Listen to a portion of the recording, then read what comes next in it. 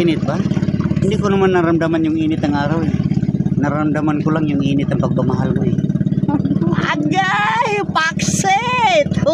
Kagilok. Ayaw ni post ka.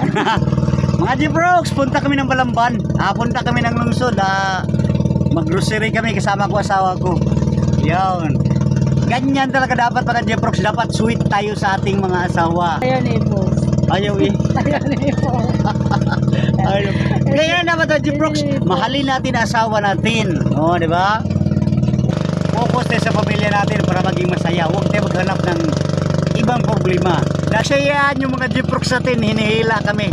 Kasi yung pambot ko wala nang makina.